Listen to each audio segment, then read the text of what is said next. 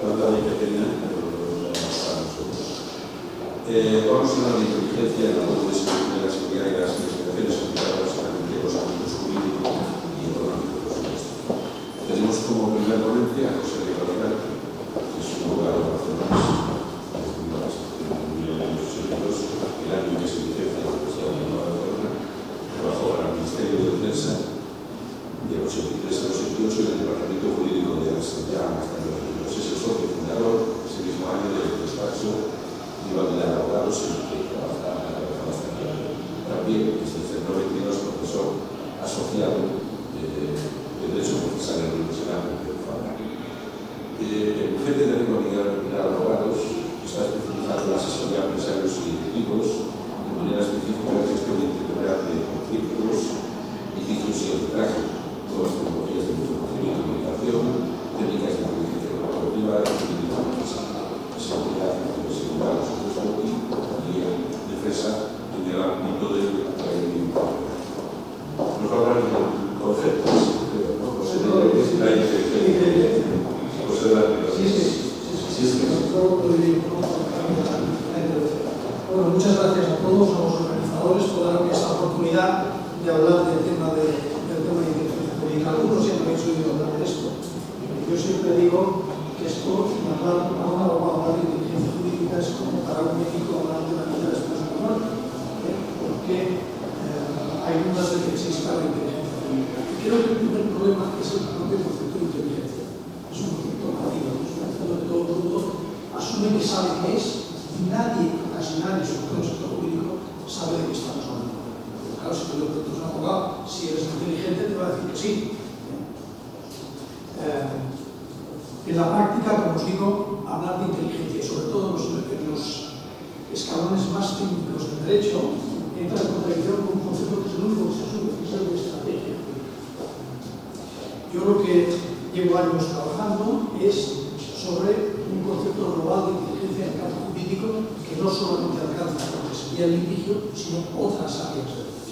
Entonces voy a intentar hacer una cosa muy simple, muy básica, y a partir de ahí entrar en el tema del litigio y hablar de la inteligencia y la investigación del litigio, que es lo que va a provocar luego el debate. Como veis, luego escojo la definición de la que tenía Cicerón al final, es decir, ¿qué es inteligencia? Es capacidad de escoger previo análisis de entre varias opciones la más adecuada.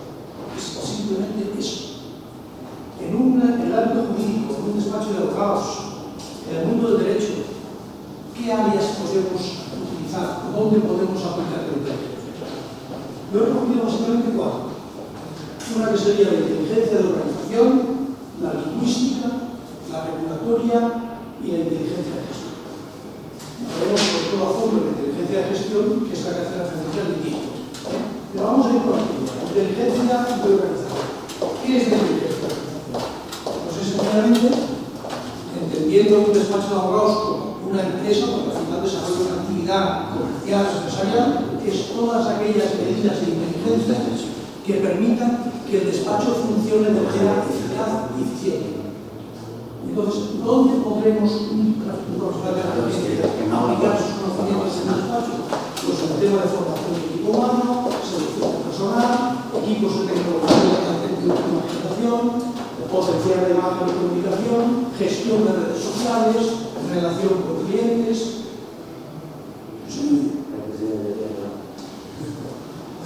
Mecanismos de seguridad de la información, del tema de clouding, criterios de business intelligence para ver cómo se compite con los demás, la estructura de una red internacional, es decir, todo aquello que pueda servir para mejorar la efectividad, la rentabilidad, la profesionalidad de un despacho, puede ser apoyado con criterios de inteligencia. Por tanto, si somos un profesional de inteligencia, tenemos un campo de trabajo que es la inteligencia de la organización. Esta es la más básica que hasta que utilizan incluso hoy muchas empresas. Segundo, inteligencia lingüística. Este es un caballo de batalla que llevo muchos años creando.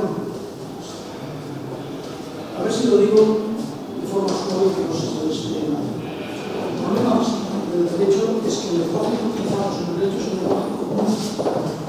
Utilizamos el mismo lenguaje en una cafetería cuando estamos con amigos que cuando vamos al ámbito judicial. Hemos sido capaces los juristas de crear un concepto que se llama el silogismo jurídico. Que nosotros aplicamos la lógica a la hora de resolver los conflictos, utilizamos la norma, conceptos generales, lógica de primer orden, tenemos una lógica jurídica. Y la verdad es que eso, desde mi punto de vista, no es cierto. No hay lógica jurídica en el campo del derecho. Como mucho hay una lógica semántica.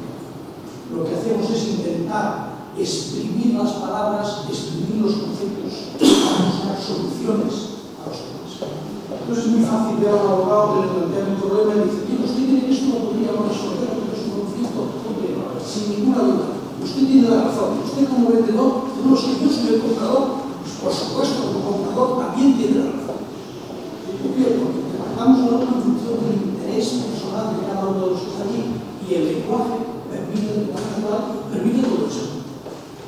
Pues hay gente trabajando en la búsqueda de un lenguaje artificial para el mundo del derecho. Hay una persona, un derecho especial, que es un catedrático de la Universidad de Murcia, que es Rafael Hernández Marín, que lleva muchos años trabajando sobre esto y escribiendo sobre esto, pero yo creo que lo tenemos, es más. A nadie le interesa pensar en un lenguaje riguroso que se pueda trabajar con máquinas en el campo del derecho. ¿Para qué? Si esto nos da vergüenza a todos. Entendiendo a unos, entendiendo a otros, interpretando 10 abogados, 10 interpretaciones distintas de la ley.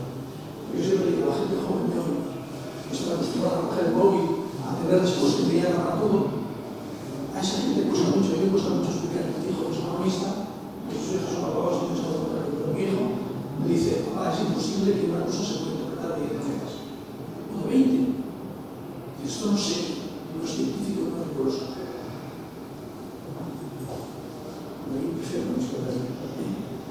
Bueno, sin llegar a lo importante que sería el lenguaje jurídico propio, lo que sí hacemos los abogados que queremos llegar a la inteligencia jurídica es trabajar con el lenguaje común que tenemos y sacar el máximo partido. Entonces, lo que hacemos es analizar las maneras de redactar. Empezamos a utilizar el machine learning, que al final no es más que intentar que la máquina adapte nuestro lenguaje a aquel interés que tenemos, aquello que queremos conseguir. La máquina interpreta, ve cómo escribimos, cómo redactamos en los próximos escritos de 4 años y algo más de la máquina. Pero hacer lo mejor, que es poder interpretar los textos que mantenemos en todo estudio político. Quiero ver cómo me lo tengo toda la información de cómo escribirse. La pongo en una máquina y hago que mi texto se adapte a la forma de redactar del propio juez. El juez nos está leyendo su escrito, es que hay frases que las digo yo, es que hay formas de decir unas cosas que son las mías, las que por lo tanto ese juez está teniendo un escrito, me siento identificado con este trabajo. Eso es el trabajo de inteligencia política del lenguaje que hoy estamos haciendo, que es más simple, que podemos resultar.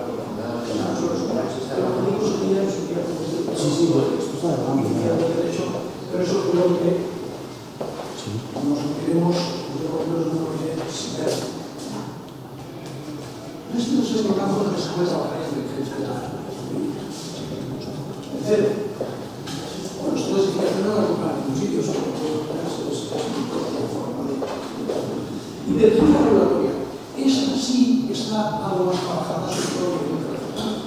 ¿Qué queremos decir con inteligencia regulatoria? Pues es decir que al final alguien analiza las normas y dice: si yo quiero conseguir algo, lo ideal sería que las normas que existieran en un momento fueran de un tipo determinado. De manera que la norma jurídica acaba convirtiéndose en un instrumento para conseguir objetivos. Y si la dudan, casi un instrumento técnico.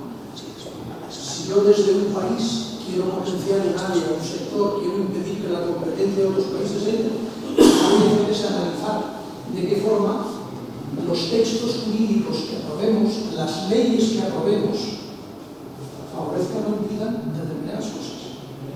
Eso es inteligencia regulatoria. Esto en Francia lo tiene muy claro, lo trabajamos hace muchos años. Aquí en España no lo hacemos.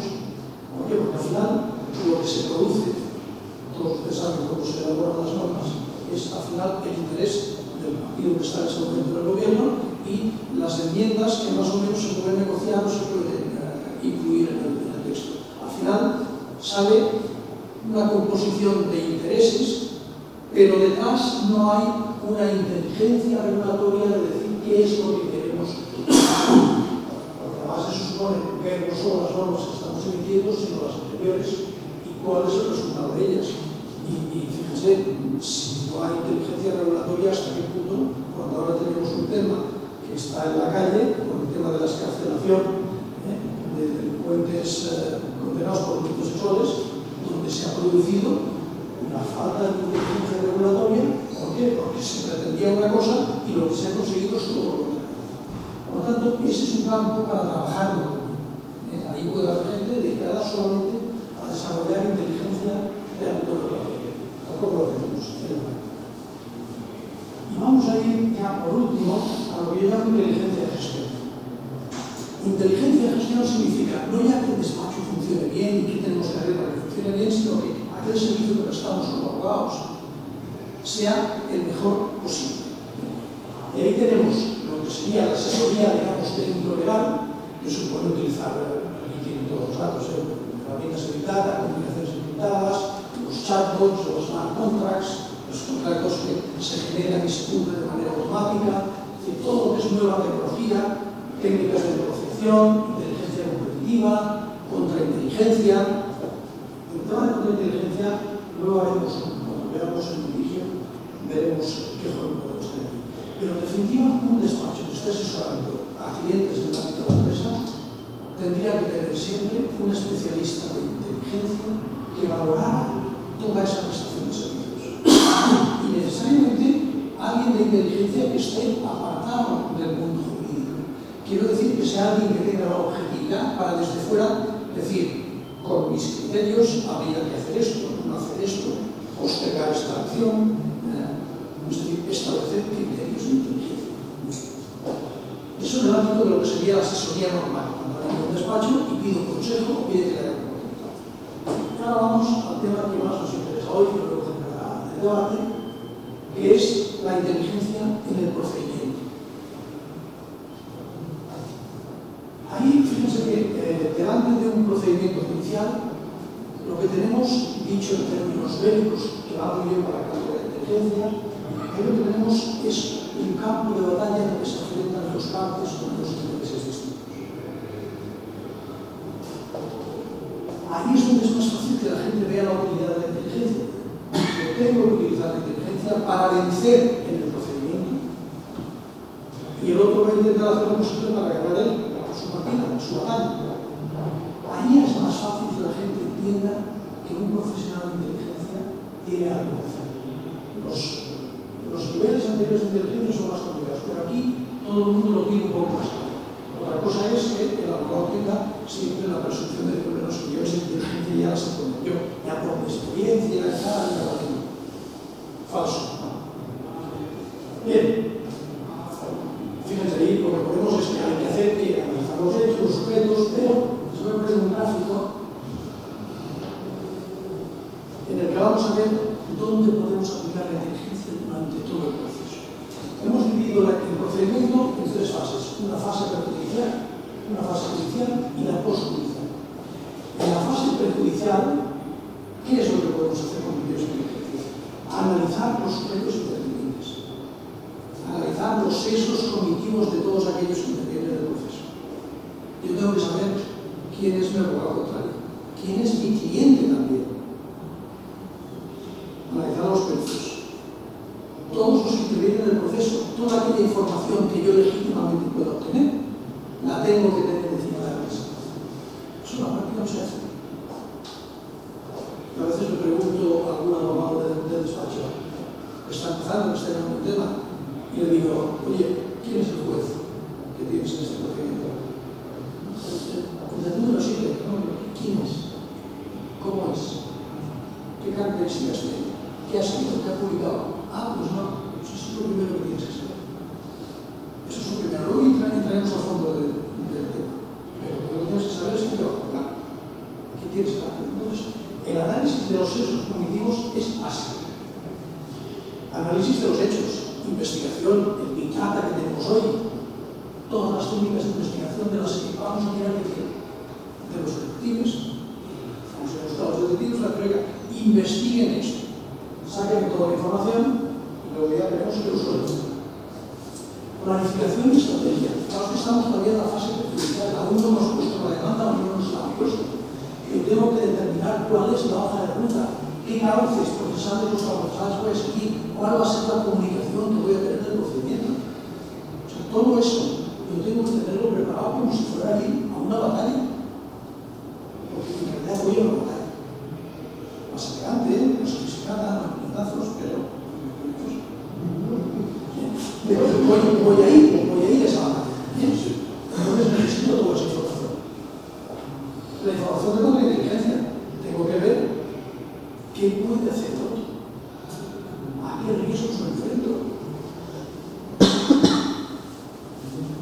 Fíjense que en el despacho, en los últimos tiempos, estamos llevando los temas que seguramente ninguno de ustedes, o ustedes no han oído el concepto, se dan en España procedimientos de rating. Rating es toma de control de compañías, que es un invento de la época de la Unión Soviética, cuando se desmembra la Unión Soviética. Hay gente que se parte de las compañías un poco en función de los amigos del partido, pero hay gente que se queda sin empresa. Y esto se dice, yo me he quedado sin empresa, pero yo al mismo tiempo en el partido que el otro, me tocaría alguna, ¿no? Como no tengo ninguna, voy a intentar quedarme alguna. ¿Cómo? Con todo tipo de mecanismos.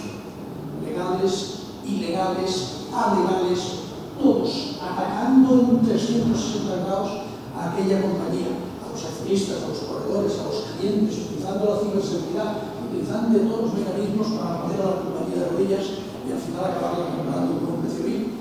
A mí me lo solucionan muchos con la compañía de suelo. O la he destrozado y me quedaban los clientes y me quedaban los clientes.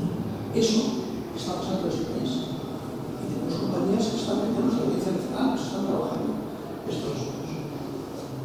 Si tú no tienes un equipo de contrainteligencia que sea capaz de saber cuándo algo no es una casualidad, cuándo esos ataques no son porque mira, había una suerte, se ha llamado a la empresa de mi proveedor estratégico, ¿no? Se me ha llevado a la persona que tiene el know-how de la compañía, se me han hundido las redes y no sé qué. Bueno, una cosa puede pasar, cuando ya son tres, empieza a creer que ahí puede haber alguien haciendo una operación de rating.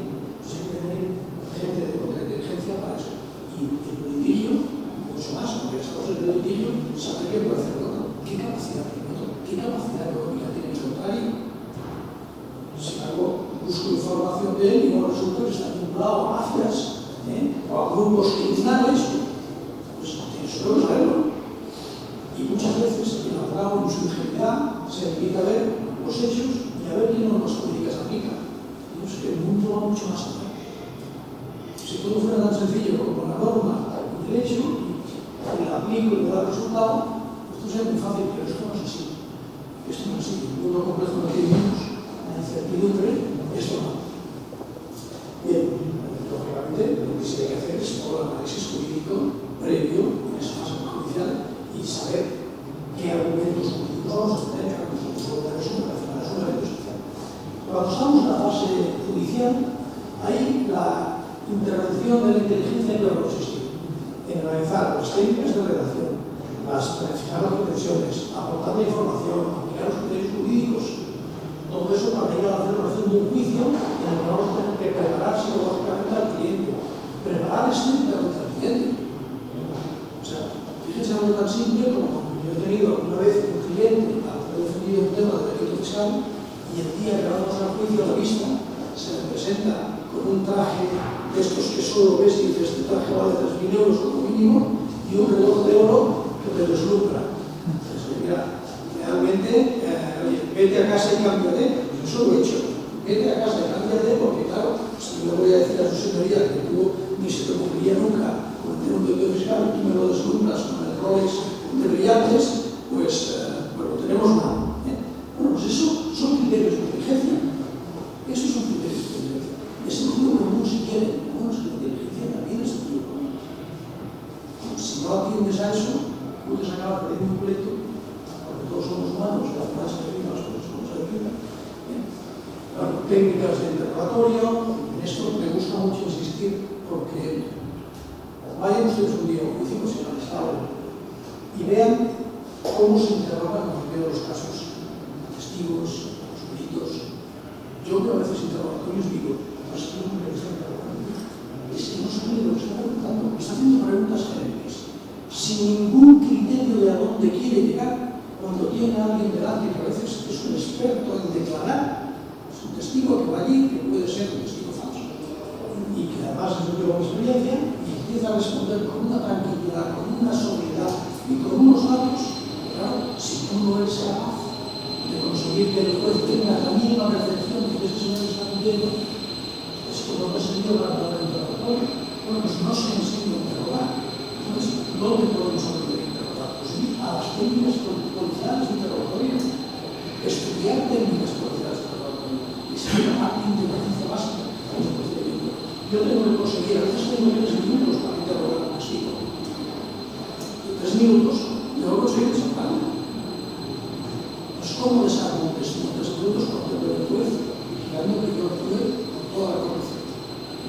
Y que además me dice, claro, se le está pasando ya el tiempo, que aquí hay todavía mucha prueba de cantidad y desde el inicio. Entonces, yo 3 minutos para intentar responder.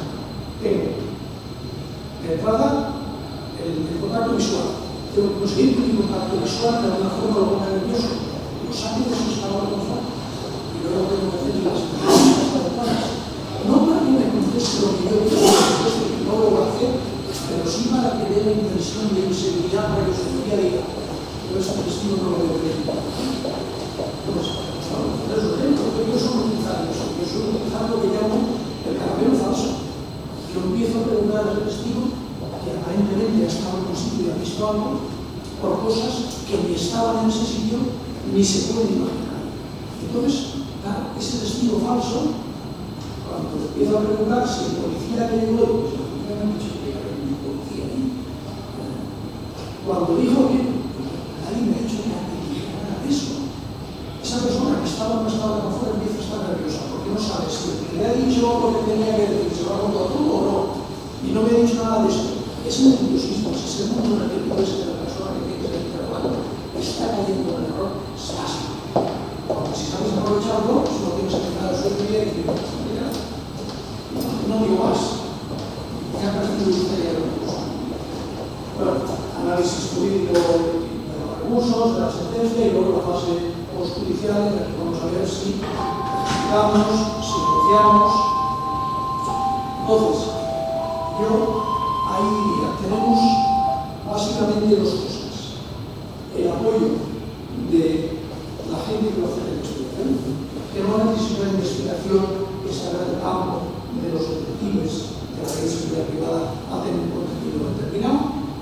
Y luego está la actuación de inteligencia, que es una actuación no tanto de identificación de hechos, sino de predicción y elaboración de hechos que aquellos hechos que conocemos o de previsión de los que podemos conocer. Por lo tanto, hay 2 principios que traen.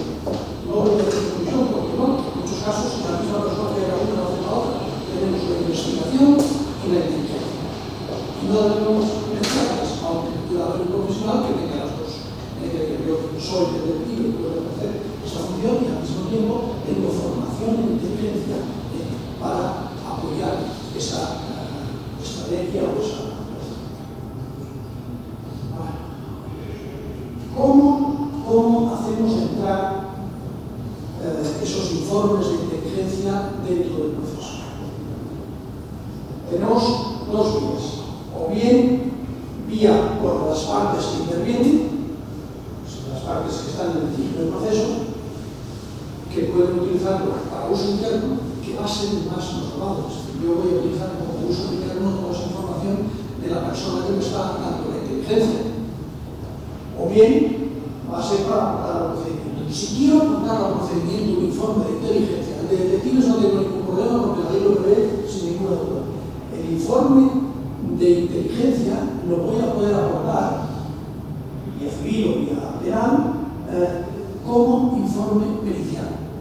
La naturaleza lógica de un informe de inteligencia es un informe pericial, es un informe lógico.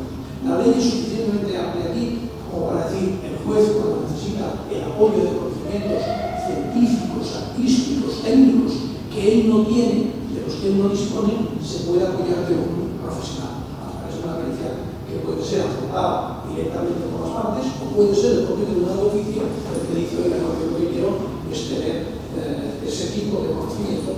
También les advierto que hoy eso es bastante complicado. Yo no he visto todavía en un procedimiento judicial que usted diga, no quiero que se haga con inteligencia, no lo he visto.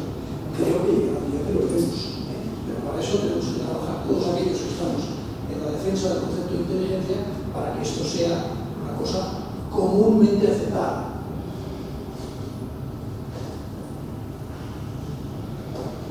Tipos de inteligencia, eso intuyo que ustedes lo conocen suficientemente. La inteligencia que podemos aportar en esa hipotética pericial sería, por un lado, yo he llamado inteligencia natural sencillamente por contraponerlo al concepto de inteligencia artificial que sí ha sido asumido sin ningún problema por todo el mundo. Todo el mundo ya habla de inteligencia artificial y ya sabe lo que es. Pues entonces yo diría, aprovechemos eso, el rebufo de la inteligencia artificial, para empezar a darle naturaleza, carta de naturaleza a la inteligencia, por otra posición, llamada natural. Entonces, las técnicas de inteligencia natural, como ustedes las conocen, hay muchas, sobre todo la UMI, que es la más válida, las fuentes abiertas, que da mucho juego. Ahí se van a generar muchos problemas con las fuentes abiertas, que luego comentamos incluso en debates que podemos entrar en el tema. Y luego tenemos la inteligencia artificial. Eso sí se está hablando directamente ya en los tribunales sin ningún problema. Ahí tenemos el Big Data, tenemos, por ejemplo, el algoritmo Compass, este es Estados Unidos, un algoritmo que se utiliza para ver qué posibilidades de reincidencia puede tener, básicamente para eso, puede tener un sujeto que ha sido condenado. Entonces tiene en cuenta criterios pues, de personalidad, de ambiente, es decir, psicológicos, y se hace a través de ese algoritmo, entonces esa persona es peligroso o no es peligroso. Tenemos todo el tema de la neurociencia. Este es un campo fantástico. Fantástico, ¿por qué? Porque la clave de un procedimiento es lo que se llama pues, la veracidad de esa prueba. Tenemos un testigo. Ese testigo es creíble, nos está mintiendo. Y el único mecanismo que tengo hoy es, o he investigado y he visto que hay alguna relación que me pueda permitir agachar a ese testigo, o si no, no puedo entrar a discutir lo que está diciendo el testigo. Pero con el tema de la neurociencia sí. ¿Por qué? Porque hay técnicas de reconocimiento facial que van a analizar a ese sujeto que está declarando y en función de los movimientos de la cara va a poder decir si está mintiendo o si no está mintiendo. Eso tiene una fiabilidad científica baja, pero ya se está trabajando por ello. Las ondas electromagnéticas, eso es un tema que se está utilizando en los resultados en Estados Unidos, y aquí en España también se está utilizando, pero tiene todavía una credibilidad escasa. Las ondas P300, P400, en las que aparentemente alguien, cuando está declarando, en función de la pregunta o de lo que se le enseña, emite su cerebro unas ondas que si las recogemos, sabemos si está diciendo la verdad o no está diciendo la verdad. Eso, por ejemplo, se ha utilizado en el tema de Marco del Castillo, para la búsqueda de tal se utilizó alcacaños y una prueba de estas, pero aparentemente dio como que si era posible que ese tío que había declarado a la víctima que era uno determinado, hoy está todavía en mantillas todo ese sistema, pero eso sí va a avanzar muchísimo. Pues es un trabajo en el que se va a poder colaborar la gente dependiendo de la inteligencia humana con la inteligencia artificial. No es más que máquinas, la inteligencia mecánica o la inteligencia artificial. A mí se me dice que las ondas electromagnéticas están los sistemas FMRI, que son los sistemas estos de resonancia magnética por imágenes, que también analizan el cerebro de la persona cuando declara, los sistemas PET, que son como una especie de neutrones, que llaman positrones que también analizan el cerebro.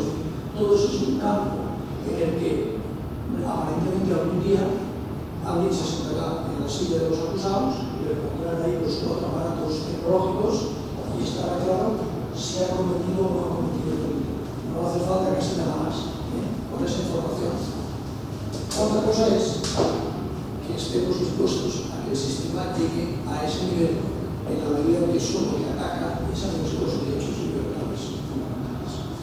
Y esa es la última, para nuestro tiempo, la última de los temas que vamos a hablar. ¿Cuáles son los límites de la actuación, tanto por parte de detectives como por parte de los operadores de inteligencia, cuáles son los límites de su actuación, dónde podemos llegar y dónde no podemos llegar.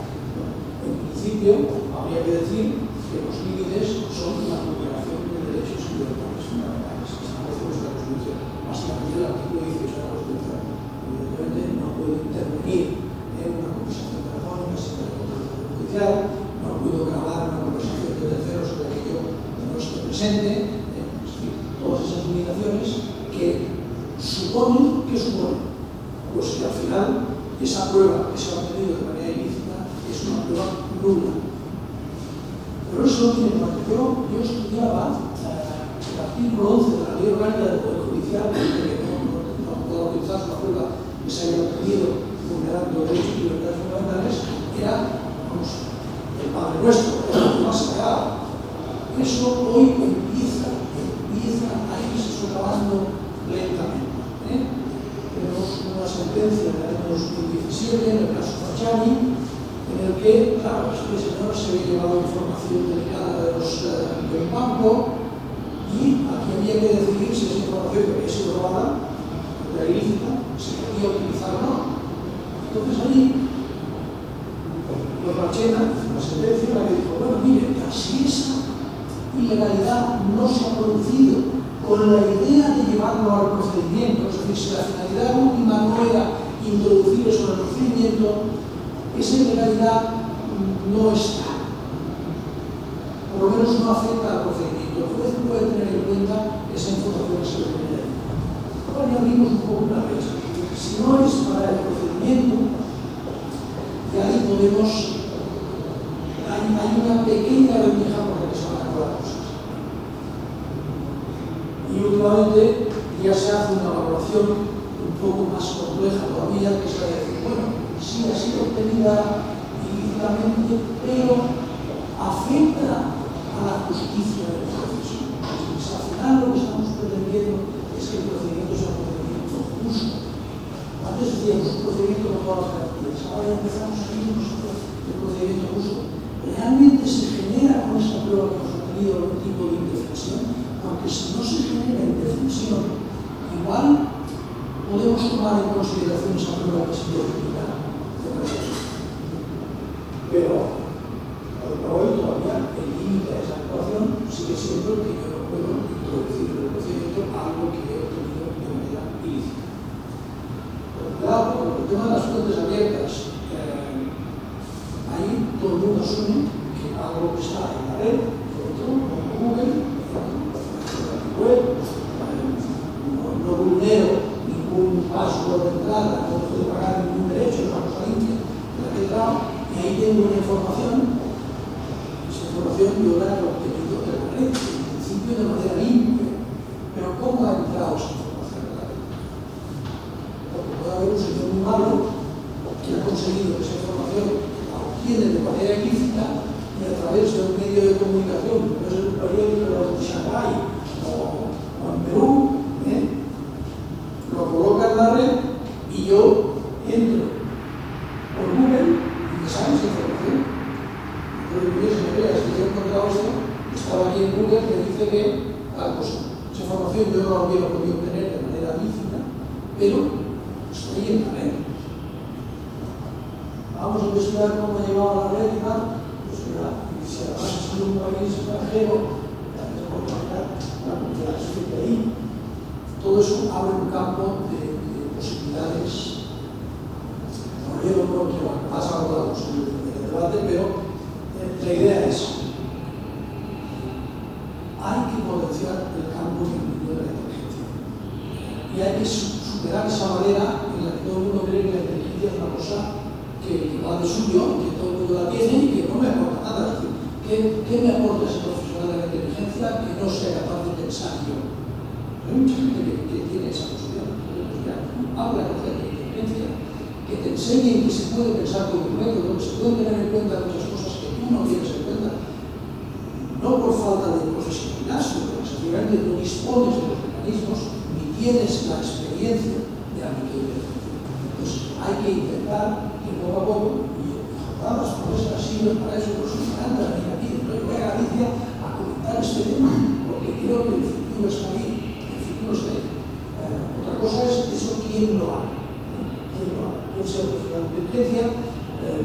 características tiene que tener, qué formación tiene que tener, todo eso está todavía por trabajar, pero hay un campo ahí. Vamos, si yo tuviera 40 años menos, estaría solo dedicado a temas de vida. Bueno, muchas gracias y pues no seas más, y vamos a ir por aquí y comentamos de lo que quieran contar. Muchas gracias.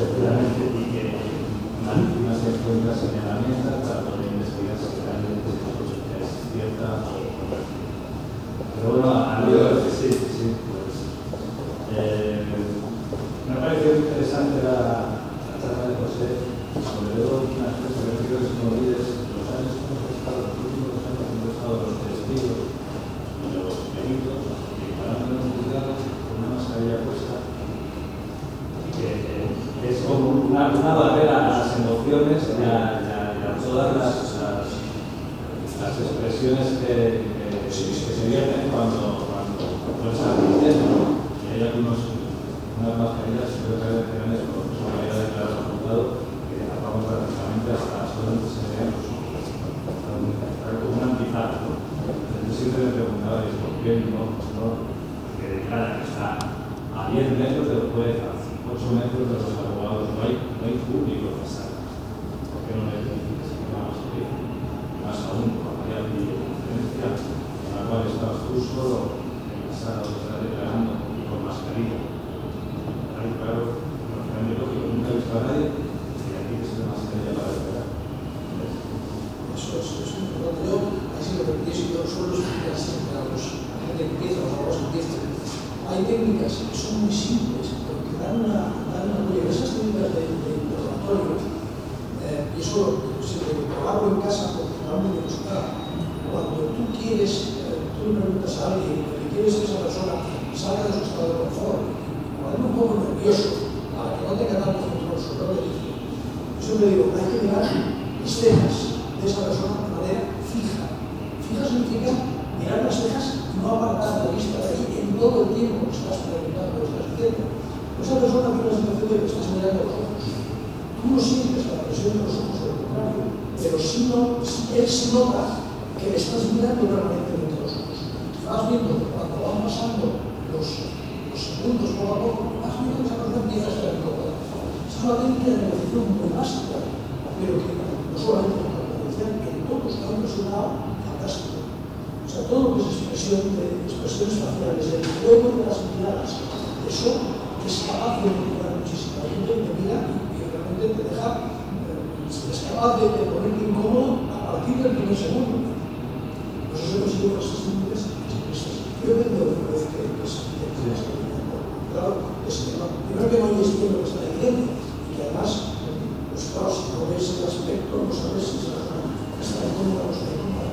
Y la norma de información, la comunicación no verbal, que aportan mucha información, porque hay reacciones de tu rostro, reacciones faciales que no puedes evitar, salvo que estés muy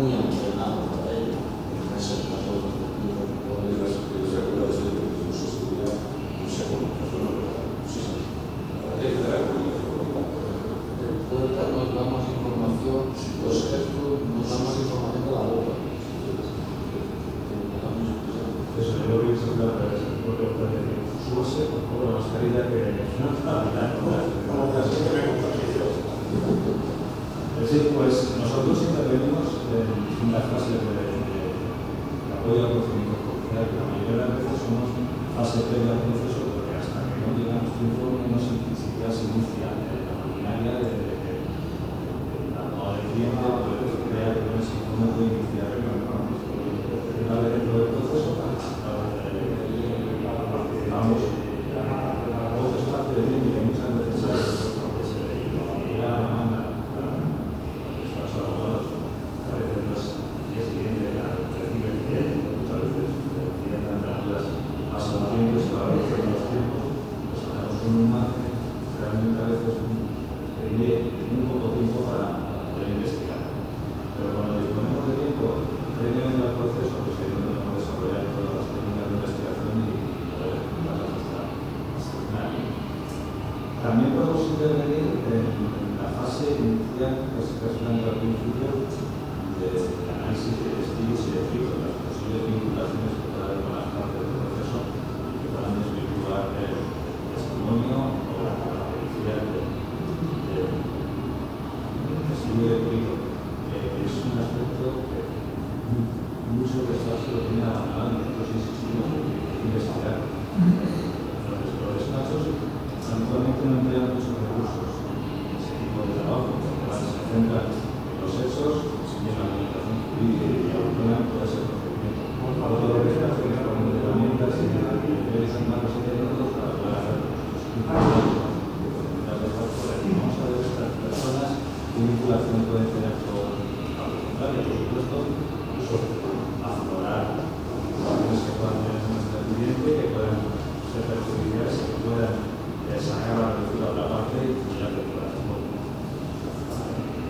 Por supuesto, el análisis de hechos, nosotros vamos siempre de la mano de los abogados que nos analizan de inteligencia para bien hechos que quieren que nosotros investiguemos. Los analistas no han aprendido nosotros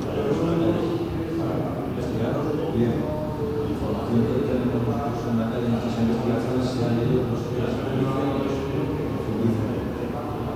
Y luego una última fase, como se divide, será la última de la procesión judicial, que es la fase de nuestra sentencia, ganado, a las costas, tenemos todo perfecto, pero si es una sentencia itineraria,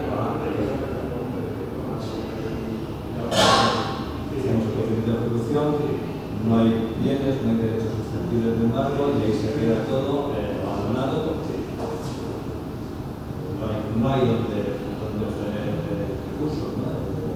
Vamos a en esa fase intervenimos. Yo creo que si se diese más importancia en la investigación,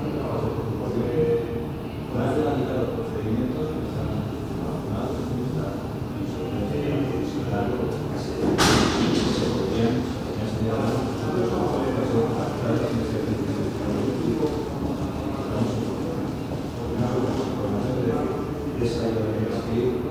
y de esto, o algo más complicado, que es hablar del tratamiento de bienes, la primera ejecución, porque hay un nuevo procedimiento que es más farragoso, pero es una fase en la que creo que podemos intervenir con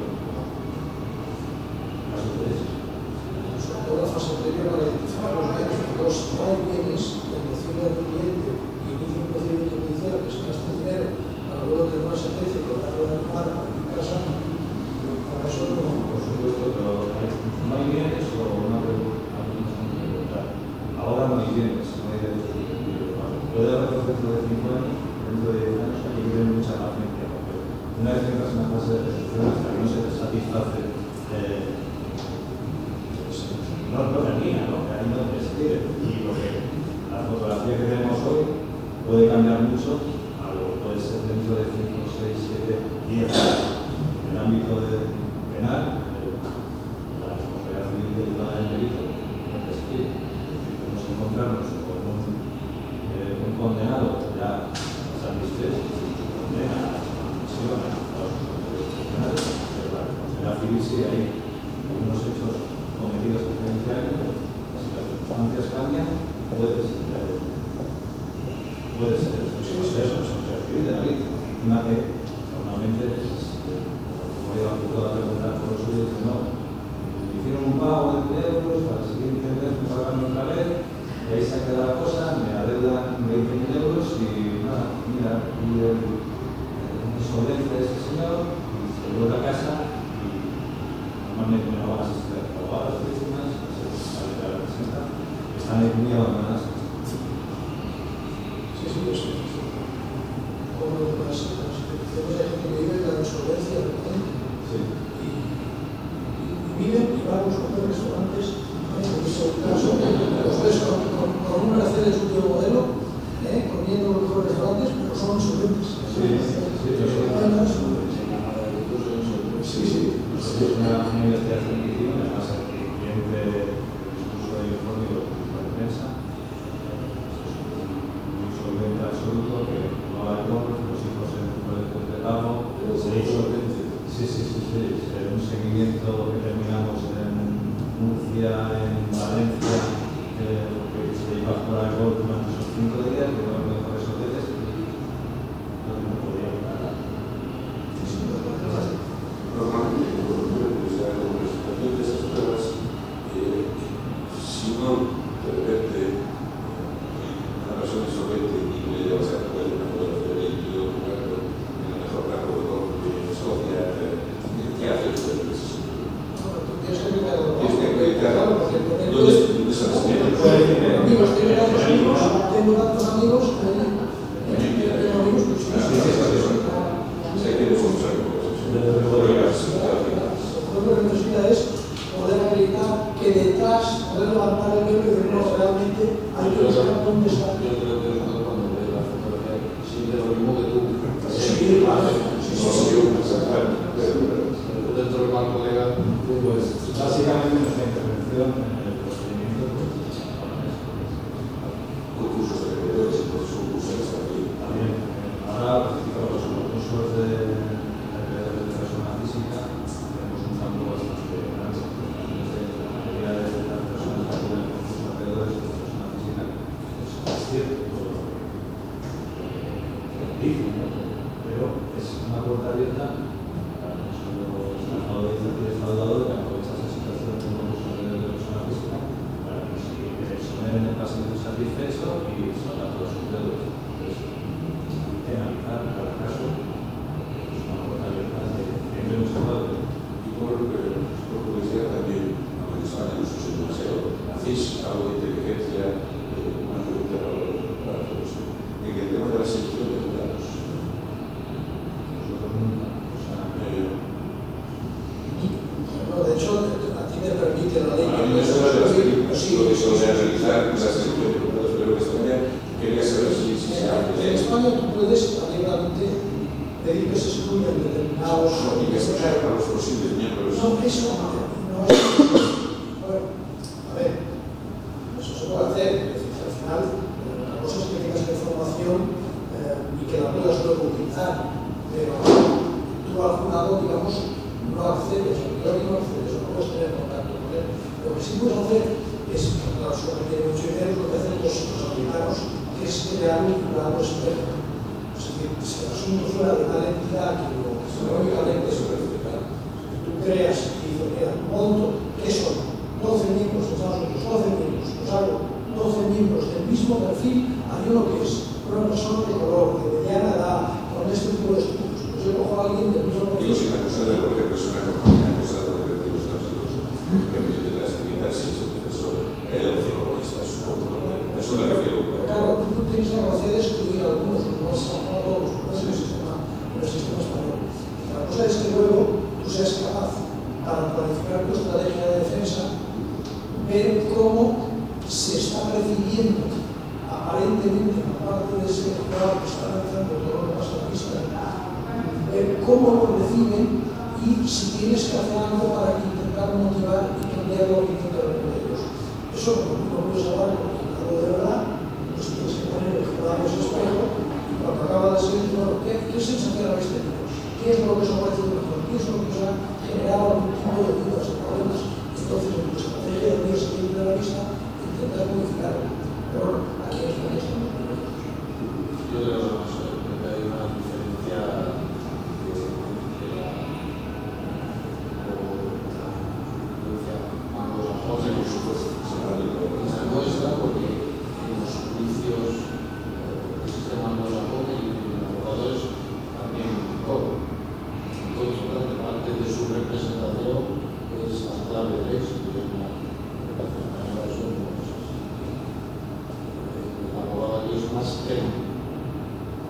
Ciertamente esos criterios de inteligencia que decíamos se utilizan, se tienen mucho más claro en Estados Unidos, porque además ellos, el sistema que tienen ellos, de alguna forma, si vamos a dejar para la inicio, lo último.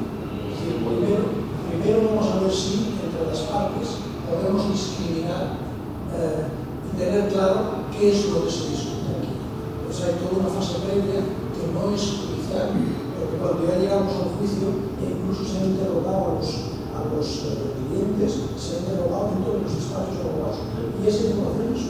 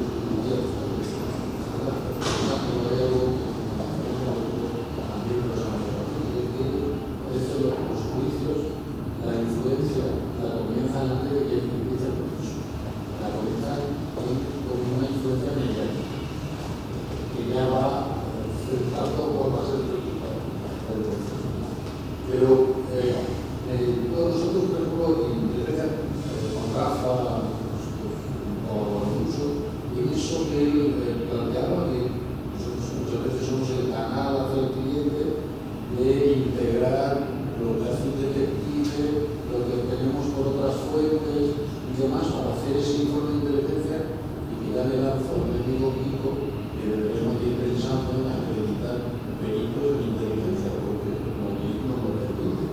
Sería un paso muy importante para ir. Yo estoy de acuerdo con Pepe que hay que ir avanzando, porque hablabas de las narraciones.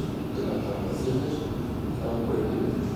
Hasta que el tribunal decidió en Supremo que si tú estabas en ella, se convertía en ella.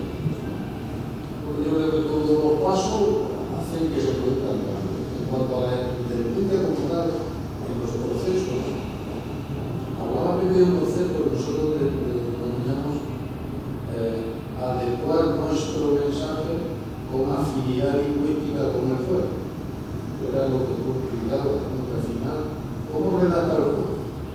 ¿Qué palabras utilizas? Si yo recibo un informe del abogado que se parece mucho a como yo me expreso, de momento ya tendré algo a favor de lo que me han presentado. Esto es inevitable, es algo que va a ocurrir. Y hablabas de lo jurídico como un arma. Ahora tenemos un elemento muy gráfico. Estamos hablando de la guerra de Ucrania, de la noticia que nos preocupa a todos. Pero de qué, cuando hablamos de responsabilidades, ¿de qué estamos hablando?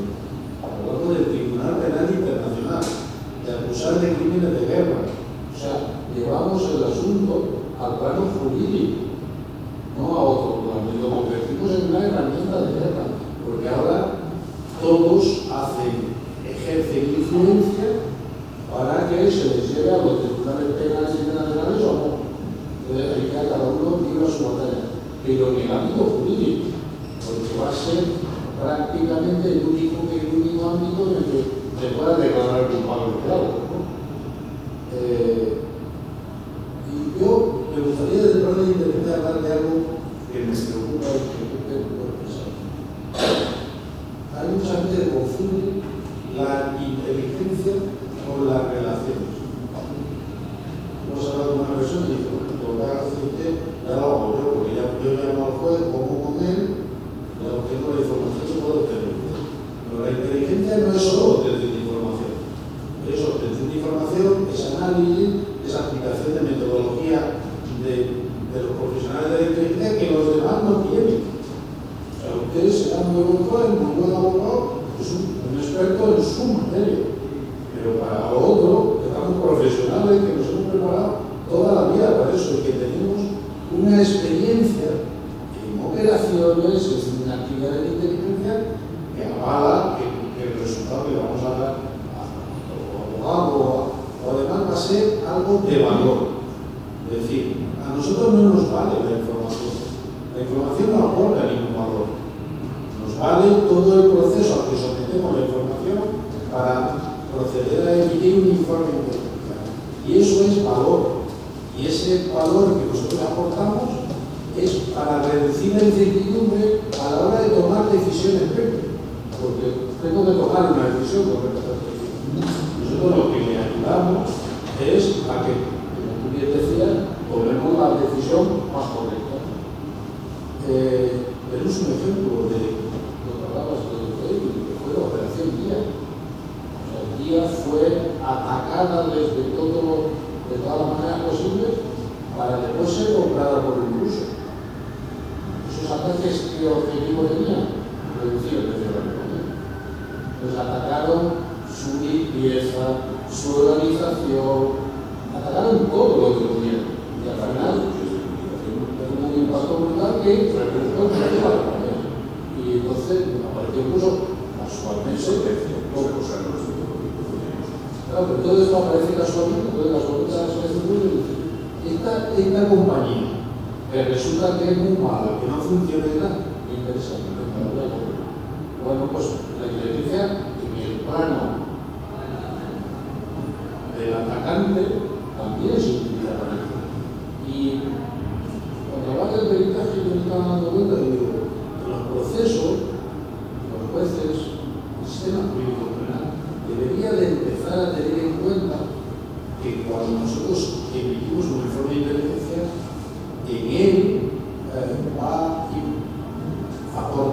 también toda la experiencia contable. Si yo digo, ¿en qué valdría básicamente el procedimiento? En reforzar tu estrategia jurídica. Has hecho un interrogatorio y has querido sembrar dudas en su señoría. Pero tengo un informe de inteligencia, puedo aplicarle criterio de inteligencia en la misma línea de esa duda. Es decir, a mí de lo que tú hagas en el interrogatorio no, pues son actos complementarios que van a sembrar una duda lógica en su señoría que diga, esto no me parece.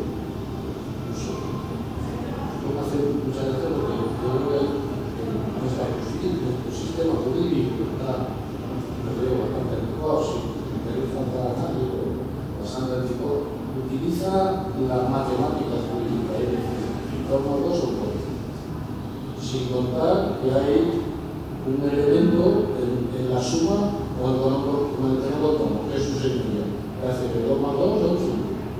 Después le explicamos a nuestro cliente que no entendemos cómo hemos podido perder este juicio.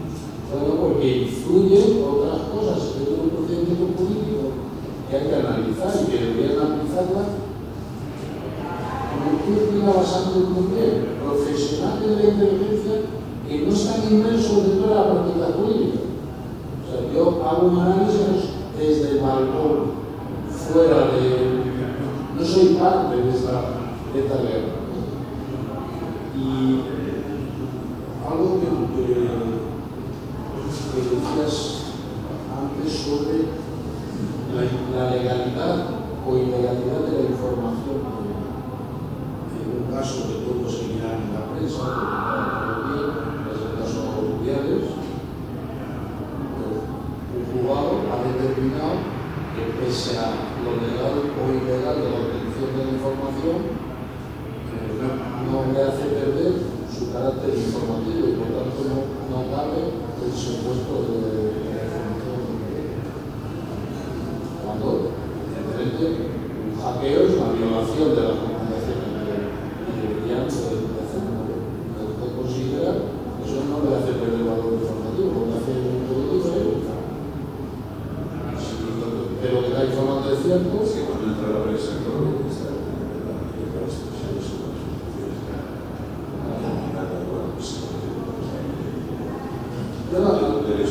como conclusión diría que en la combinación de agentes detectives y agentes de inteligencia es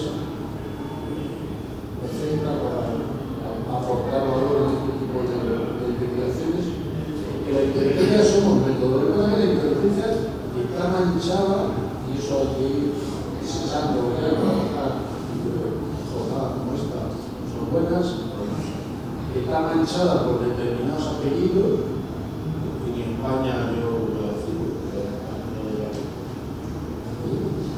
señor que se llama Villarreal, se le ha mezclado con la inteligencia y que es de todo menos inteligente y que además ha manchado esta profesión de una manera tremenda. Yo cada vez que oigo ese nombre en una doctrina me preguntan, creo que se me trata de que me echa la pena. O sea, no estamos hablando de un señor inteligente, estamos hablando de un señor.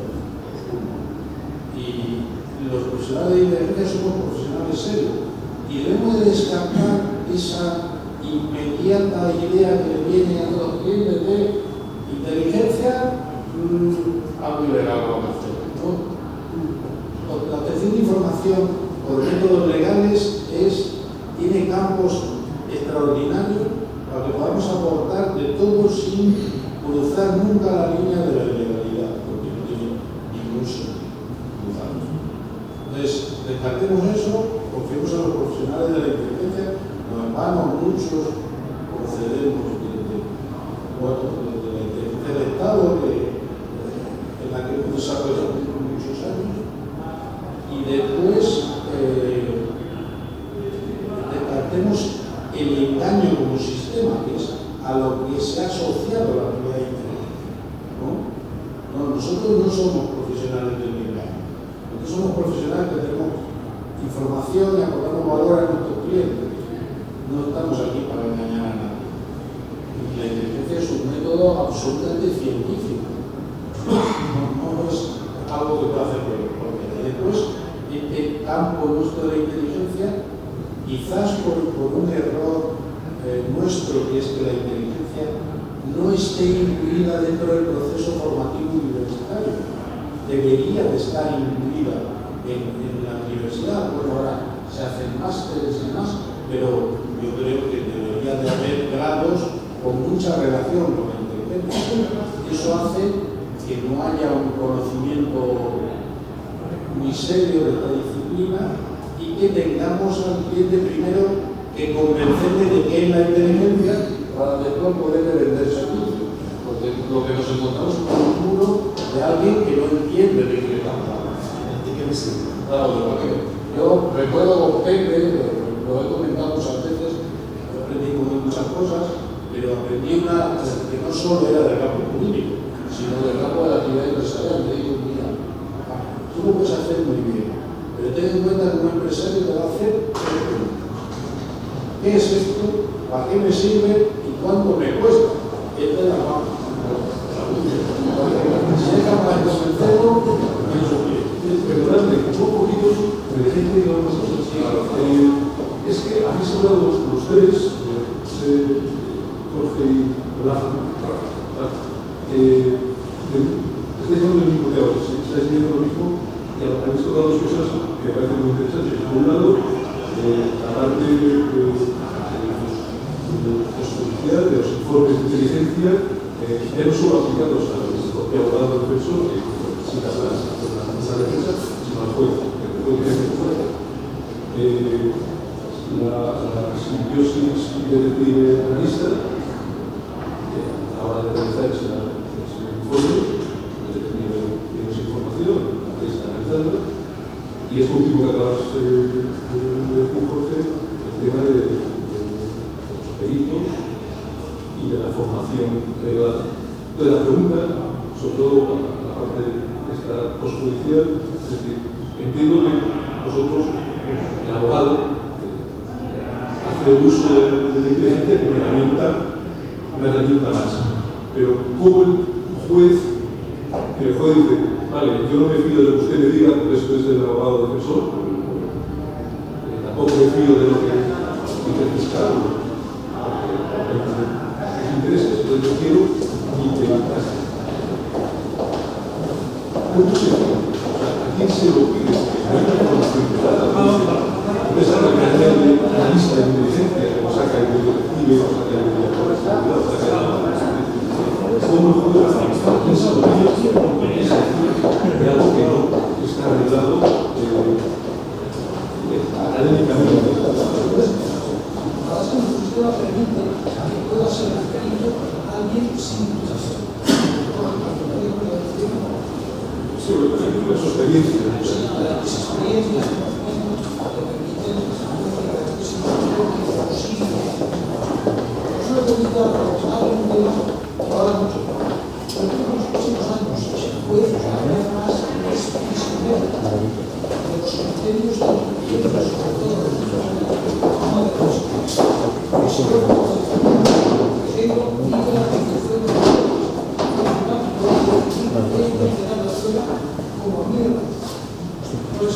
si la información que me llega es de pruebas de inteligencia artificial, que alguien me va a decir, y con la inteligencia artificial va a decir, mira, esto es indiscutible, utilizamos el sistema Cosmos, utilizamos esto yo le digo que tiene esto es científico y exacto en un 90%. El juez cada vez va a estar más constreñido a tener que tomar una decisión y dirigir la sentencia hacia una posición determinada. Ahí es donde yo creo que va a tener necesariamente que empezar a utilizar a profesionales de la inteligencia artificial. Conmigo se va a poner encima de la mesa cosas que no son difíciles de interpretar.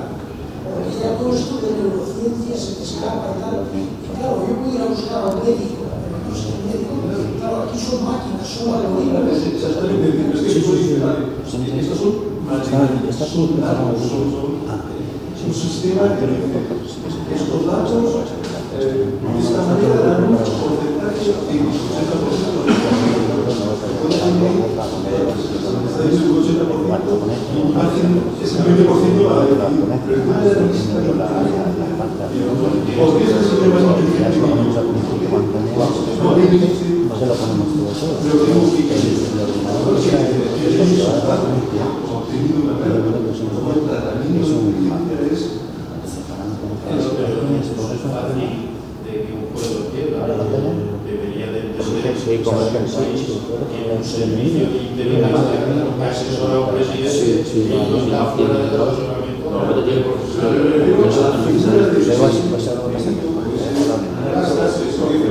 Ustedes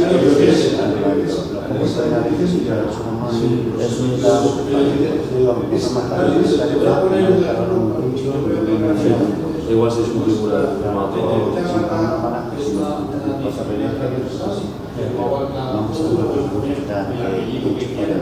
¿cuánta gente hay que con la revolución de las tecnologías ¿cuánta gente hay que tienen que tener en cuenta no solo sus sentencias, sino lo que va a ocurrir, porque eso va a influir directamente en su prestigio profesional. Y eso, después, cuando dicta sentencia, no lo tiene en cuenta, porque él tiene en cuenta el interés jurídico. Pero yo, como profesional de inteligencia, le podré decir, o si no te dicta sentencia, haga llover castañazo de todos los lados. Y eso le va a afectar no al sistema jurídico, o si va a afectar a ustedes. La recordamos y recordamos el nombre de él. Eso va a llegar toda la vida. Eso es la inteligencia. Pero esto es la parte de la tecnología. Después de eso.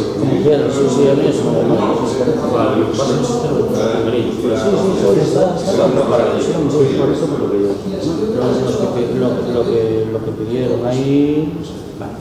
Sí, no, pero no vayas. Nada, yo a las 12:05 me tengo que ir para arriba. Entonces viene un compañero a hablar. Vale. Pues sí, ya queda mal. Pero bueno.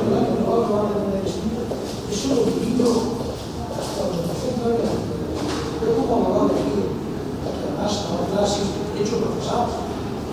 A mí solo existe un concepto de estrategia procesal.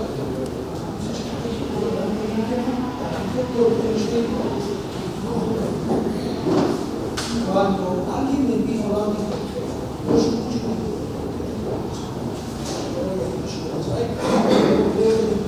Tengo verdad, también se desarrollar. Usted tiene acuerdo. Empieza a hablar con un profesional de inteligencia y digo, y empiezo a trabajar con él y vemos que empezamos un problema y me da una serie de aspectos con su metodología de inteligencia que yo no tenía. Yo esto no había pensado esto, no había pensado esto, no había tenido en cuenta esto. Claro, y hay un momento en el que yo me convenzo de que a mí tener la oportunidad de es básico para que el funcionamiento por el objetivo de la y luego, que fue en su momento, digamos, el del caballo, y efectivamente, la inteligencia chocado, ¿no? eso, su la presión de todo ese mundo de la inteligencia para decir, yo, al final, tengo para ellos tengo libertad de la razón. Pero quiero que alguien me diga que eso no puedo tener en cuenta. Ahora sí, el encargo con toda esta evaluación, ¿cómo analizaría la estaría a esto? Luego, lo utilizaré o no, no sirve a la pauta que yo soy interesante, que tengo que ir de camino. Hay la diferencia de la Cámara el perito aporta un informe técnico que te echa decir, pero el detective es el no es un informe técnico, a pesar de que la información sea un técnico como tal y esperar, pues la justicia nuestra considera que es un técnico, no es un técnico. Será más importante los peritos, no es un testigo con una cualificación.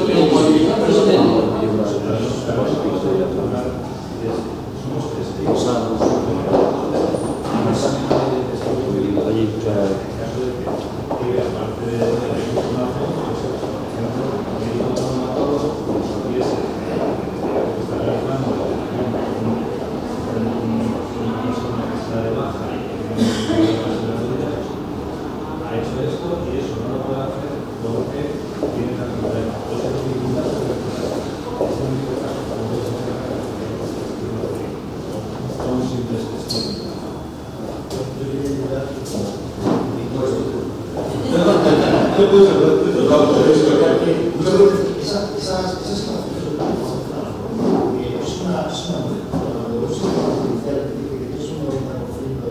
de que él se apoya en su sentencia porque es además la parte más menos comprometida. Después se va a presentar alguna otra cosa.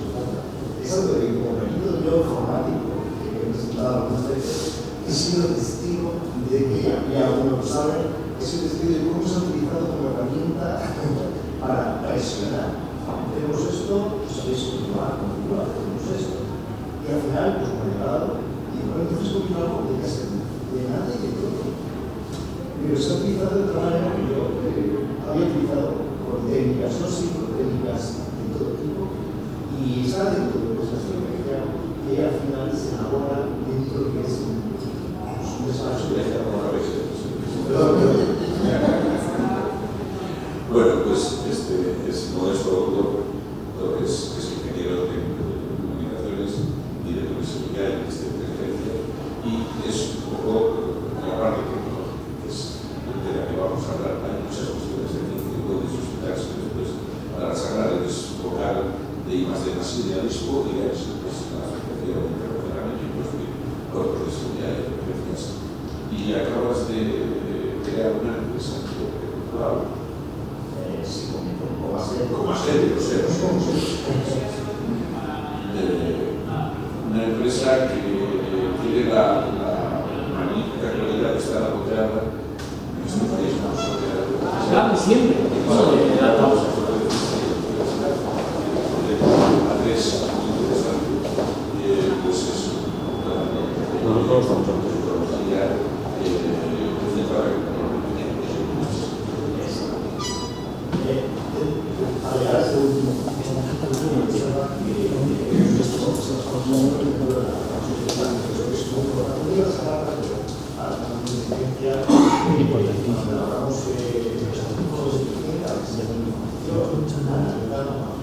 siempre que pues sí, bueno, que no vale para la protección.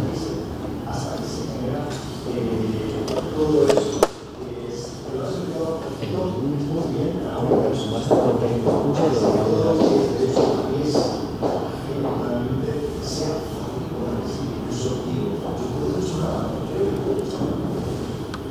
lo he vivido a veces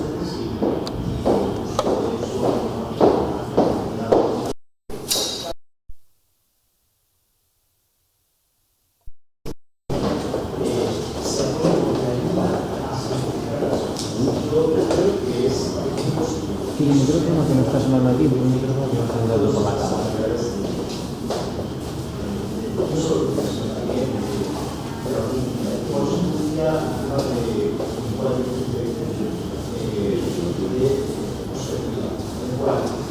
el espacio se plantea, decimos a dónde vamos a ir, y vamos a plantear por esta situación. Es una línea que se va un poco, pero lo que resalta en Inglaterra es que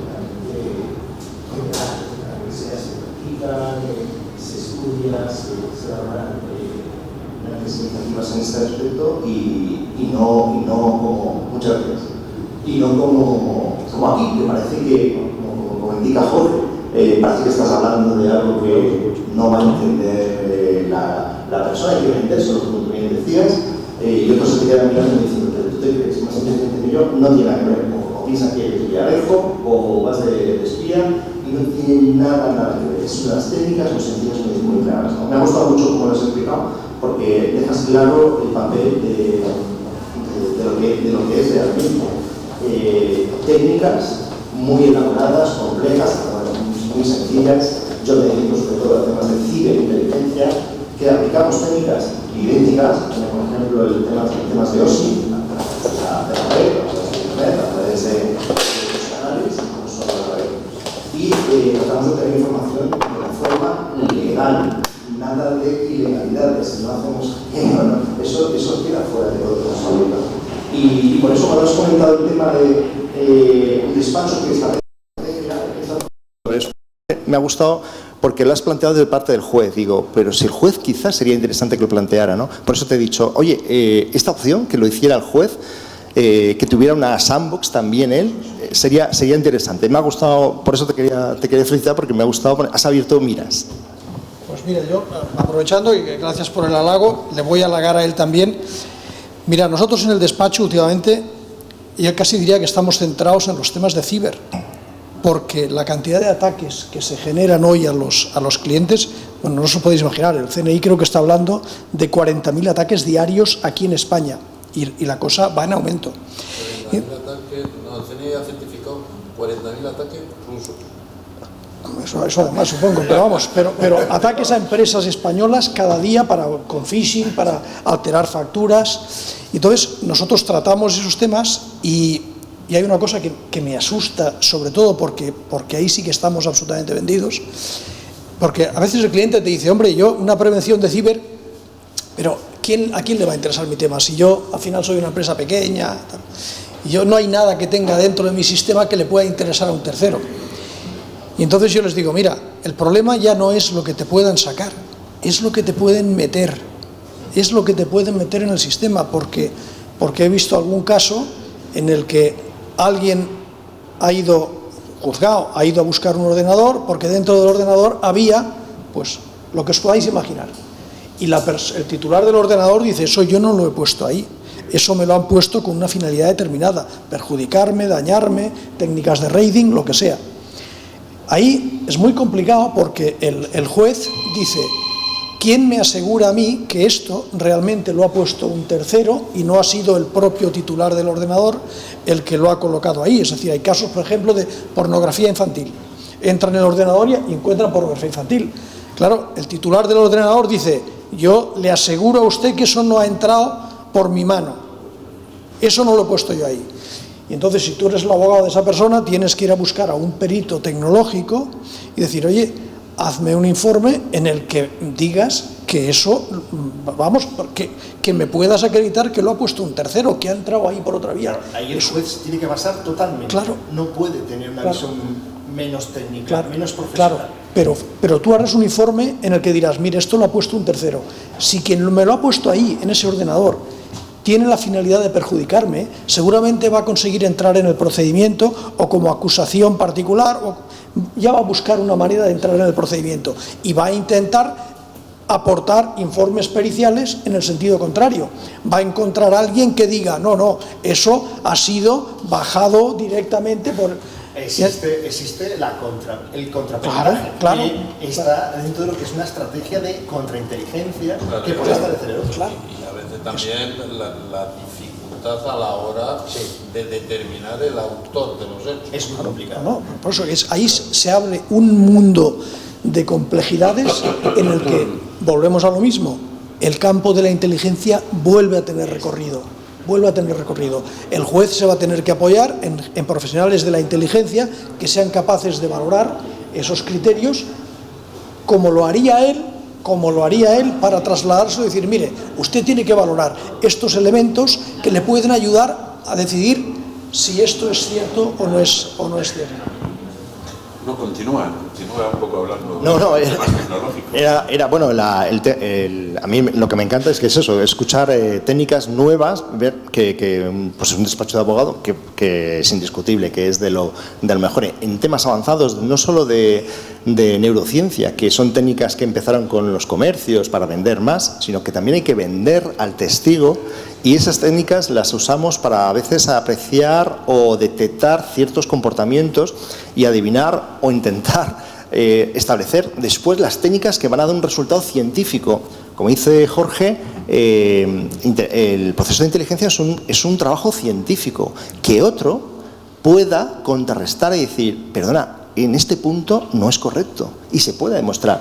Cuando lo haces bien y todo el proceso de inteligencia se ha realizado con sus idas y venidas y acabas con ese informe, eso ayuda mucho al decisor, y ahí yo ya no entro. Yo nunca he sido decisor, excepto en mi casa, y lo dudo, pero el que decide debe basarse en esos informes, y cuanto más elaborado sea y más científico sea, por eso decía que al juez le ayuda mucho que sea cuanto más científico, porque es un poco cesión de responsabilidad. La ciencia me ayuda a decidir, y eso es lo que hace, para mí, todo proceso de inteligencia. En ese trabajo estamos nosotros. Nosotros, por ejemplo, yo puedo comentar un caso en el que se mezcla la tecnología y, evidentemente, sin dar datos del cliente, pero nosotros tuvimos un cliente, una clínica médica importante a la que le cifraron los servidores.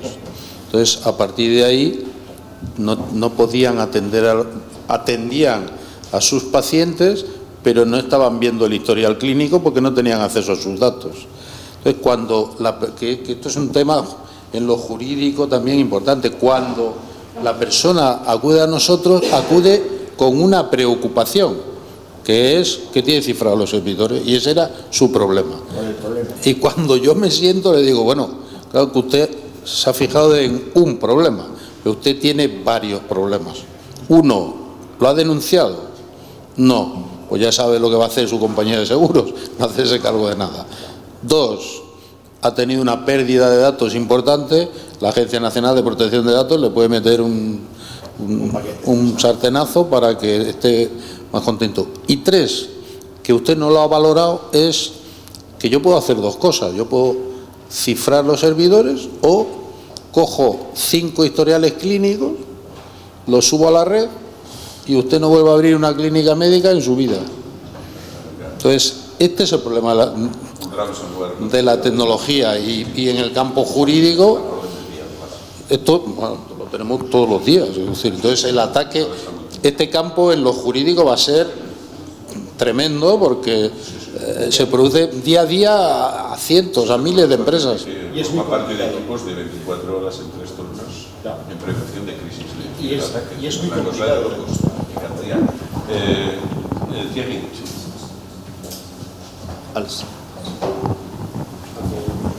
Muchas gracias de darme la ocasión.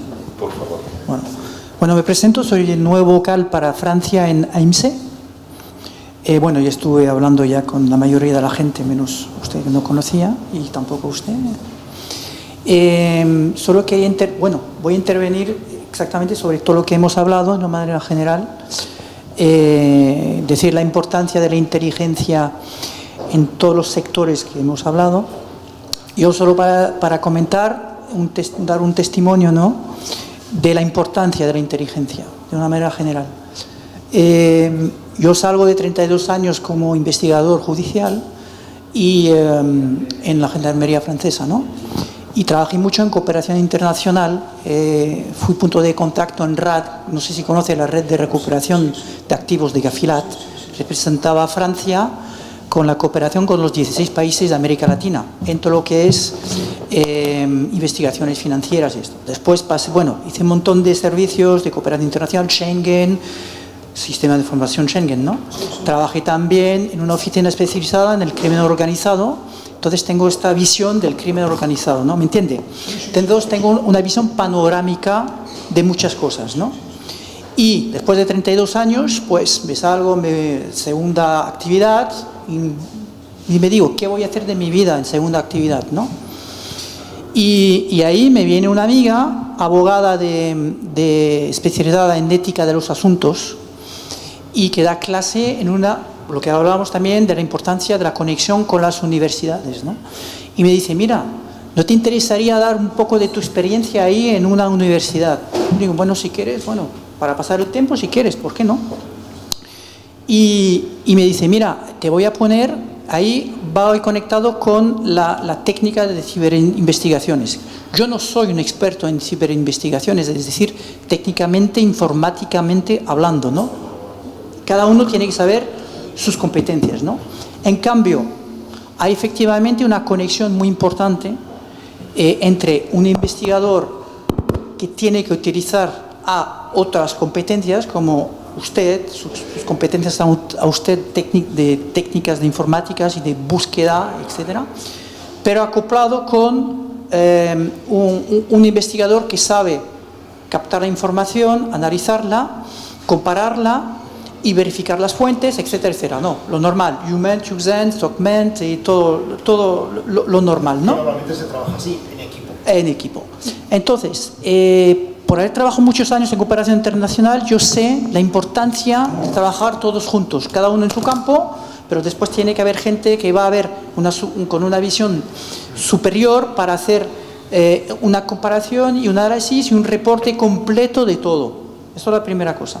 La segunda cosa, cuando me piden hacer esta intervención en la universidad, yo les digo, ¿en qué sector me metéis para dar la clase? Me ponen en el sector de ciberseguridad. Digo, pero es que no soy un especialista en ciberseguridad. ¿Qué quieres que haga yo allá? Pues da tu experiencia de crimen organizado y todo. Bueno, muy bien. Entonces, ¿qué hice?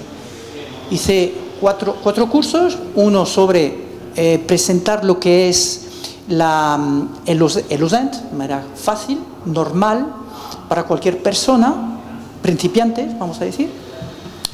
Y era para una clase para Compliance Officer, especialidad ética de los asuntos, ¿no? Entonces, yo no conocía exactamente qué tipo de personas iba a tener delante mío. Es decir, compliance es una cosa. Yo nunca trabajé en compliance, aunque saqué un diploma de compliance officer, no trabajé realmente. Entonces, para mí era una descubierta, ¿me entiende?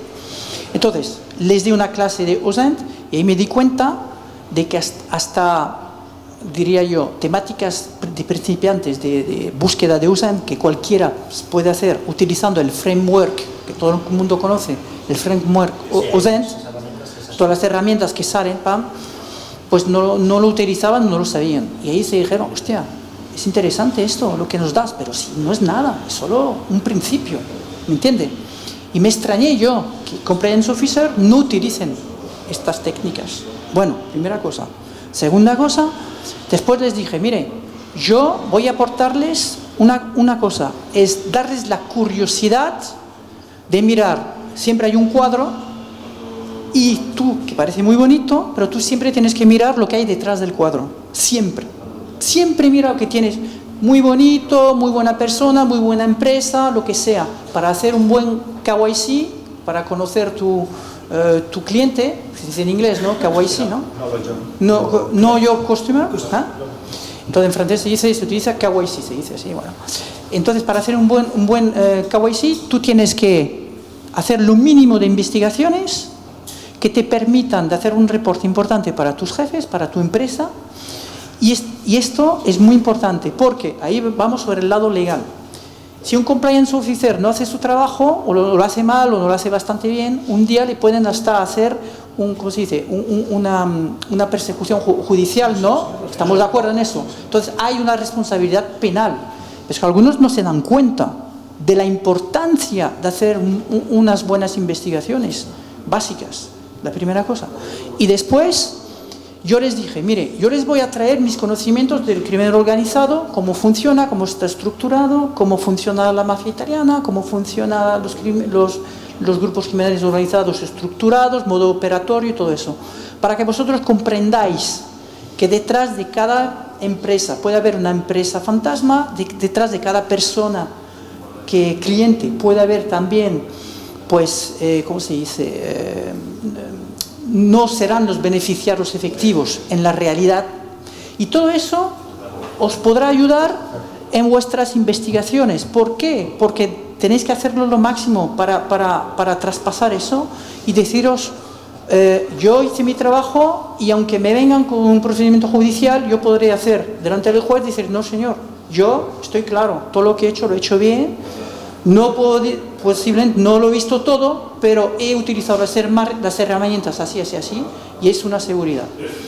Y quería también decir, hoy mismo he visto en internet la fiscal del Tribunal Judicial de París, que hace una entrevista en un periódico francés, Le Monde, y dice, de manera fuente abierta, y lo dice claramente, eso es una cosa que yo sé desde hace años, pero ella ahora lo dice.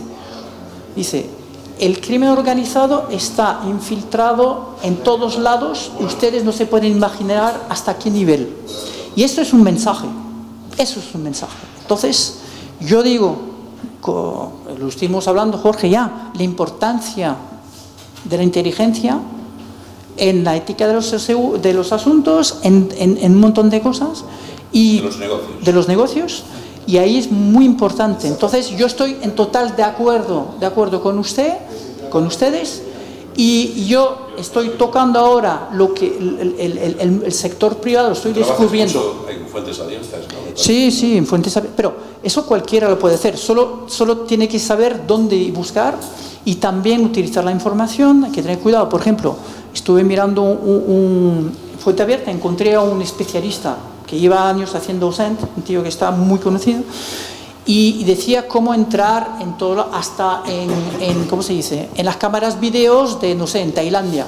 El tío se puede meter en una cámara video de Tailandia y obtener la información. Y yo decía también en el curso de compliance, cuidado con lo que hacéis también, porque no hay que hacer cualquier cosa. Cuando os metéis ya en cámaras ya es otra cosa, ya estamos a otro nivel. Hay que ver si la ley te lo permite o no, del país en el cual vas a trabajar y todo eso. Bueno, hay un montón de temáticas. Entonces les quería dar las gracias y solo decir mi testimonio de la importancia de buenas investigaciones y la conexión entre el lado técnico, informático, y el lado de los investigadores, y con un buen análisis. Bueno. La referencia al compliance es muy interesante. Muchas gracias, tiene un magnífico complemento, Carlos ya ha dicho. ¿Alguien más quiere plantear algo? Sí. Por favor.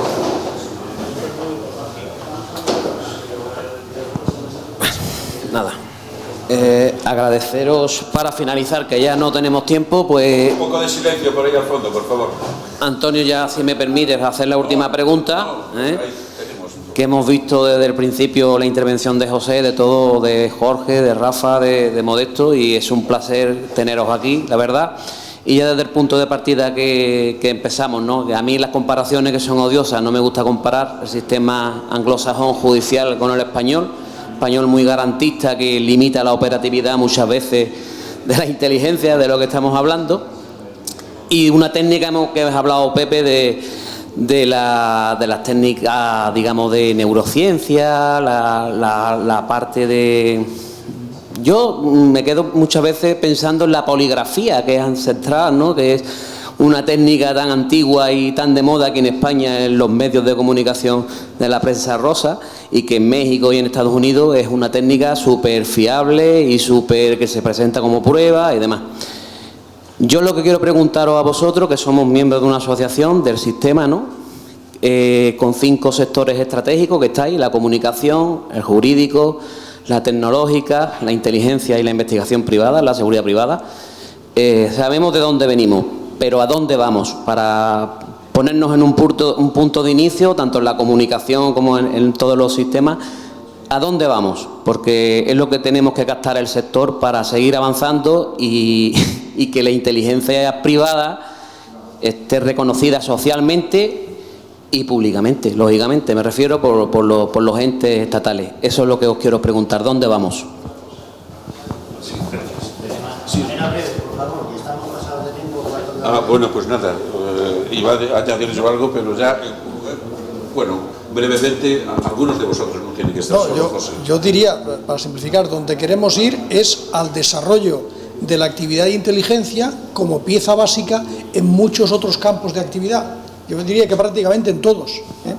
Lo que comentabas del polígrafo, el problema del polígrafo es que ya en Estados Unidos han acreditado que hay gente que entrenada es capaz de superar el polígrafo y no le produce, vamos...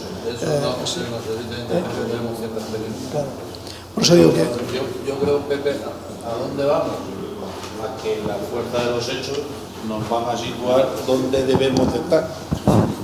Eso lo van a hacer los hechos, es decir, la seguridad privada va hacia que crezca cada día más, porque la seguridad pública, ante la multitud de amenazas que tenemos, no tiene efectivos para cubrir la seguridad, y todo crece la seguridad pública. Y la inteligencia privada va a crecer en la misma medida, quieran o no quieran, los hechos lo van a constatar. Entonces, cada vez te vas a tener que centrar en compañías privadas que van a dar ese apoyo de inteligencia. Y yo creo que lo va a ver en 2 niveles, digamos, por simplificar. Las compañías estratégicas nacionales son un objeto de apoyo de los servicios de inteligencia porque forman parte de la estrategia de nuestro país, y las compañías de menor rango, pequeñas, medianas, también necesitan información y van a ir a la inteligencia privada. Por tanto, ¿a dónde vamos? Al crecimiento de estas actividades en el ámbito privado. Y yo, por otra parte, agradecer, la labor que hacéis las asociaciones, que es una labor fundamental para divulgar este tipo de contenidos. Yo quería comentarlo ahí. Aparte de lo que ha comentado Jorge, la parte educativa. Tenemos que divulgarlo más, pasarlo a la parte educativa y, como parte tecnológica, decir que nos integraremos mucho más fácilmente. Parece ahora complicado a veces parece que no lo entendemos, pero integrarnos más fácilmente a estos procesos. Yo sí, un poco, no es un ataque corporativista ni nada, os recomendaría que os apoyarais en los medios de comunicación para esta labor de divulgación, que creo que es la mejor manera de crear, de crear un clima en la opinión pública favorable. No, a mí no hablo en general, no, lo digo por pura utilidad. Porque es una herramienta más. Porque es una herramienta para crear climas de opinión favorables a crear más cultura de inteligencia en un país de la que está necesitada España, sin duda, vamos, desde mi punto de vista. Algo que hay que generar también en los medios de comunicación es el interés por este tipo de materias, que no lo tienen. No lo tienen. Deberían de tenerlo, porque es algo que va a afectar. Pero forma parte de la carencia de un país entero sobre cultura y inteligencia de España. Le pasa eso en este momento. Pues muchísimas gracias.